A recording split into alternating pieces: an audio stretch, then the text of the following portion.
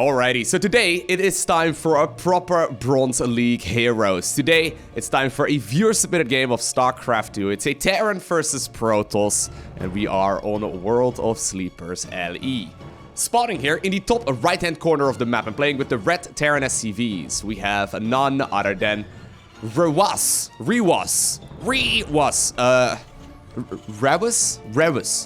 I don't know. I'm gonna go with RewaS on this one. That probably seems most accurate. His opponent in the opposite corner, playing with the blue Protoss probes. Likewise, just like his opponent, also in Bronze League, we have none other than Papak.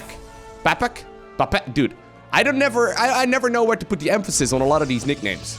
In case you do submit a game to me and I end up casting it, apologies in advance. Just in case I end up butchering your nickname, because I do have a tendency to do so. Now, by the way, if my voice sounds a little bit different, well, first off, I just woke up.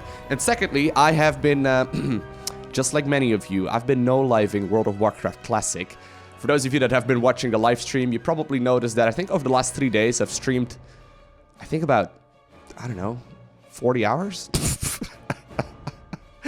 I've been playing a lot of World of Warcraft, okay? Sleep is unimportant. Gotta level my Night Elf Hunter. No, I will be going back to my regular schedule very soon, but it's been a lot of fun. So just in case my voice sounds a little bit more scratchy, that's because, well, I'm a grown man, okay? I'm playing video games for a living. What you gonna do about it? Anyways, since this is a Bronze League game, right? I think the start will be a little bit slow because I don't see a forge. Well, I mean, there's a forge right now, but not... Do you think he's gonna... No, don't cannon rush right now. Papak, if you're gonna cannon rush right now, that would be the worst cannon rush I've ever seen in my life. I mean, obviously, you know, we're gonna have to be a little bit lenient here. Ooh, well, you know what? He saw the Marine. He gets out of there. Sorry, Martin. You're scary, dude. Nobody wants to talk to you. I'm sorry. Maybe other Marines will in just a little bit, but none of the Protoss units at the very least. Nah, he just built himself a fort just for, I don't know. Maybe he wants to go for +1 melee? Who needs a cyber core anyway? Oh, no. He's just protecting his ramp. Ah, very critical. Gotta make sure you protect your ramp. Alrighty. In the meantime, he's already going for a pylon on the other side of the map as well. Now, by the way, I've had a couple of people ask, Lowko, why don't you cast more Bronze League games? And I totally would. The thing is, nowadays, compared to at least, well, like Heart of the Swarm and Wings of Liberty times, Bronze League is actually a deceptively small league. I believe back in like 2011 and 2012 and so, when they like first overhauled the whole league system, I think like 40 or 50% of the total player base of StarCraft 2 was in Bronze League. It was something ridiculously high like that. They made it very, very top heavy. Where is he scanning? Oh, he's scanning the main base right here of Protoss. Sees the forge. He's like, okay, a couple gateways. Nothing's happening. Don't see any Stargates or Dark Shrines or anything like that. The 4 Musketeers. They can move across the map. Don't know where they're gonna go. Where are they gonna go? Sacrifice themselves to the photon cannon? Looks like that is the plan. I'm sorry, Martin. Should have never said what I just said, man, if I knew what your future was gonna look like. Anyways, nowadays, Bronze League is a much smaller league, because obviously they thought about it and they're like, huh, new players that are new on the ladder don't really like sitting in the lowest league for literally 4 months when they first start getting better. I mean, the skill difference back in the day, right, between like high bronze and low bronze was extreme. Like, the skill difference was so very noticeable that, you know, it's very similar to people in, like, for example, like, maybe even Platinum 3 to, like, Bronze League right now. Like, the skill difference... No, Martin, no! Martin, no! Oh, my God. Why him in particular? Dude, why are you killing the plate? It's like, you know what? I'm gonna come to your side of the map, and I'm gonna clean up your dirty, unbuildable rocks as well while I'm at it. Okay, apparently he's not... Oh, dude, you're not gonna break that. Don't even... I still feel sad for Martin, man. I don't know if that was Martin, obviously, but... I don't know. Anyways, so... No, dude, what? Okay, well, apparently a Marine for an Adept. That's a good trade, after all. I guess the intimidation factor right there of Martin dying. Maybe this is Martin. Nah, that's John. John is gonna go back home. He's gonna relay the information that he's found so far. By the way, on this map, World of Sleepers, there's these big critters flying around every time. And maybe this is just my StarCraft 2 PTSD or something, but every time I play on the map, I always think that these are oracles. I'm like, oh, there's an... Okay, wait, never mind, Lowko. You're playing against a Terran. It's a Terran, Lowko. These things are massive. No idea why they're so big. The Shadow also kind of looks like an oracle, because it flies at a very similar speed. Anyways, just wanted to share that. But yeah, nowadays, Bronze League, it's much smaller, which is the reason why I can't really cast a lot of small Bronze League games, because generally speaking, as soon as, well, really, like a couple dozen games on the ladder are played, people will be progressing from Bronze 3 to Bronze 2, Bronze 1, and then into Silver League and stuff. And the league distribution, I think it's like 10% Bronze League and maybe like 20% Silver League or something like that. So it's actually pretty significant. It's pretty significant. Anyways, so in general, this game has been a little bit slow, right? Now, I do like what Papak is doing, okay? He went into this game with a plan. This is one of the things that I always mention when you play StarCraft 2, have a plan. Don't just randomly do things for the sake of doing things, like what I, for example, see RewaS doing here. He's just making a bunch of things, and he's hoping that his opponent is going to walk into it. Whereas Papak, he's looking to hit what seems to be a bit of a timing attack right here, with as soon as that upgrade finishes up. Now, once again, a scan right here in the main base. Welcome. No! Johnny! What was your name? John? What? Oh my god, John! What was that, dude? John is gonna live to be an old man, and he's gonna be able to share this story, and no one will ever believe it if I didn't just catch it on camera. Amazing. He's gonna share this with his grandchildren at the campfire. By the way, apparently RewaS does have a, excuse me, he does have a bit of a goal here. He's now going for a fusion core and an expansion. Now, obviously, don't get me wrong, I love the expansion, but I do think having a bit of a focus is always a good idea, right? I mean, I've seen a couple of scans go down, I've seen a couple of supply depots with beautiful hats. Look at that beautiful supply depot with a hat. I haven't seen a lot of mules. I mean, there's one mining right now, but this is pretty painful. Anyways, the Liberator made its way across the map. There is a photon cannon, so please don't siege up right on top of that photon. I mean, it's not doing anything anyways. In the meantime, though, all of the adepts are committing. And, well, normally adepts are not particularly good when it comes to fighting cyclones. But more stuff beats less stuff, right? Generally speaking. So if you get more stuff, life is generally going to be a little bit easier. And even though adepts are technically on paper countered here, they will indeed get a lot of kills right there on the low ground. Meaning that RewaS is going to have to make his way back into the main base. 2 siege tanks right now being produced at once. I would actually like to see a Battlecruiser, dude. I think Battlecruisers would be phenomenal. There you go. Liberator does siege up on the other side, and that is gonna cause a whole lot of probe kills. Papak, okay, okay. You know what? I've seen people in Gold League. No, I was just gonna compliment you, dude. Johnny, no! They're coming for you, mate. Johnny, no, Johnny, run! No! Oh my god. What? Oh, okay, sorry. Okay. Lowko, calm down. That was not a Nexus. Anyways, I've seen people, you know, like, when a Liberator, right, it sieges up on, like, one little section of your mineral pad, did you know, you don't have to pull all of your probes off of mining. Right now, though, apparently, RewaS has decided, you know what, I'm gonna go ahead and defend this ramp instead. If one probe decides to move down, they can't build a Nexus, huh? Because I am gonna shoot them all down. Brilliant. 6 kills already. Still, though, Papak, he's been happily macroing up. Siege tanks on siege, so that's actually a pretty painful moment here for RewaS, as he does move inside of that main base, immediately unsieges again for no apparent reason whatsoever. And while they do try to run for their lives, it's not going to happen. There's a lot of damage right here. Battlecruiser, by the way, is coming up. We already see a second queued unit as well. I think our young Terran player over here, or at least I don't know if he's young, but I think he's in a little bit of trouble. Where are you going? You're just gonna fly it towards the bottom right hand. Okay, he's just evacuating the main base entirely. There's like 7 units here for Protoss. Okay, a little bit more than that, but oh my god, don't feed the SCVs. Whew. Okay, Battlecruiser though will finish up, right? Now, if you were a little bit more patient and SCVs were repairing this Battlecruiser, it could actually do a lot. Hero Liberator now also making its way across. Keep in mind, RewaS does have tactical jump available, so he can get away whenever he wants to. Oh my god, he's baiting the Stalkers into the Liberator range. And somehow it worked. He's the master at baiting. Well done, RewaS.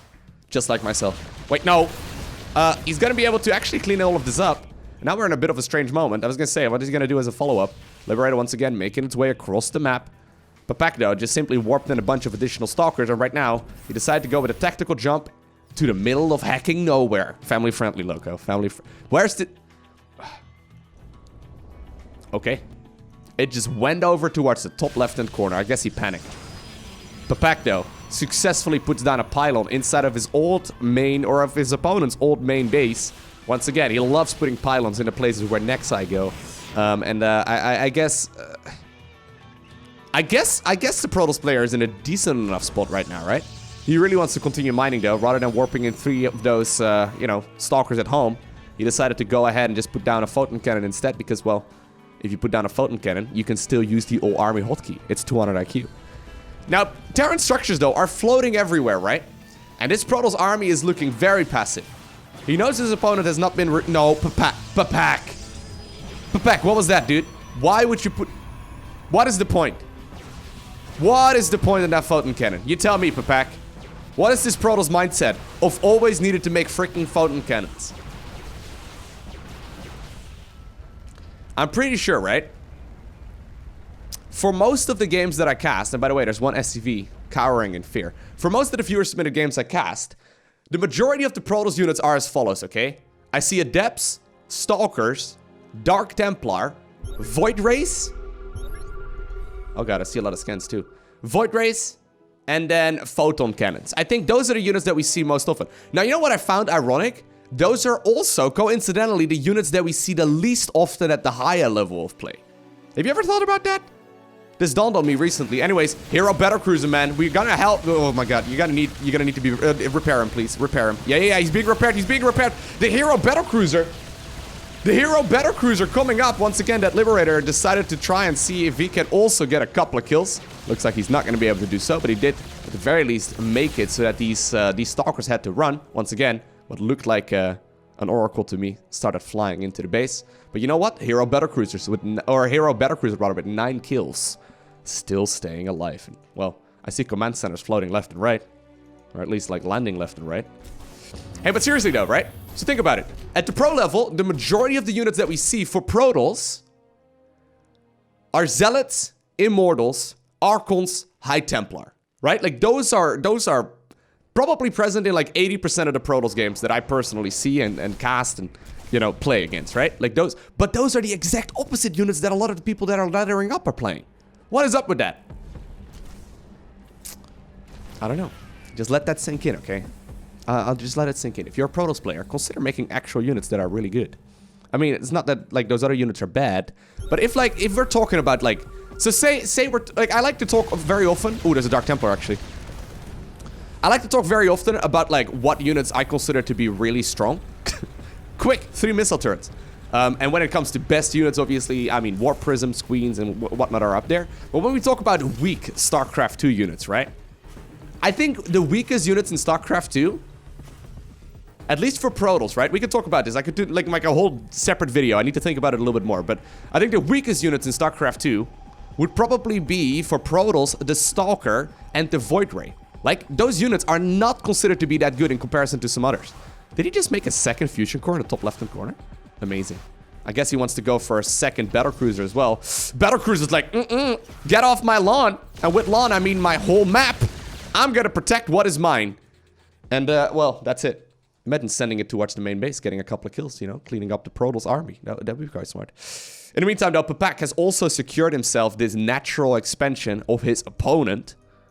RewaS, for some odd reason, decided to construct an engineering bay over there. Maybe he wanted to go for a planetary fortress, but then he realized, wait a second, I can't actually remove the orbital command off of my command center. Re-rallying some of these SCVs right there towards the mineral patch as well, but there's that starport, and the Protoss is gonna have to fight this, right? At this point, I mean, he kind of knows that something's going on. He's seen one of the 2 command centers that he knows is out there. He's got to be careful, right? Like, at this point, Papak really has no idea about all of the things that are happening out on this map. I mean, he knows about the bottom right. He, for some reason, secured... Like, why did he actually secure that base? Is this still blocked? I don't actually know this map well enough. I don't think this is blocked. Oh, it might actually be. Oh, you see that circle? I think that circle might actually be just barely blocking the nexus. I mean, you know, putting the pylon a little further forward and making a choke point over there doesn't seem like a bad call anyway, but... Hasn't come up yet. Anyways, RewaS. Oh god, jump over there, mate! They're attacking your... Yeah! No, wait, no, where'd he go? Oh, okay. Why did he jump over there? He was not under attack here whatsoever. I guess he panicked. I guess he panicked. I guess he's playing with a heartbeat of 200. Alright, here's the Stalker hit squad. Do not kill the... Whatever you do not kill the hero Battlecruiser. Do not do it, man. Oh god, that's a good hit right there. On that Widow Mine. Or with that Widow Mine. Widow Mine paid for it with his life as well. You're gonna need to pull those SCVs. You're gonna have to repair it. He's baiting you into a full sense of security, hero Battlecruiser. Don't do it, man. You're in so much trouble. Oh my god, the SCVs are still happily mining. And I think with that, the Battlecruiser... There you go. It will go down.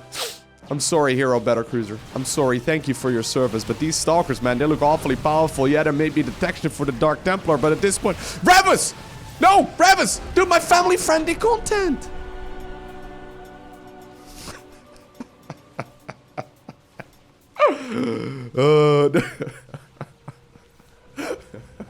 So wait, you're saying he had all of his hopes and dreams settled on that one Battlecruiser, and it went down. And he's like, you know what? Screw you, Protoss. Screw you, I can't believe you've done that. And with that, Papak is the one who is victorious.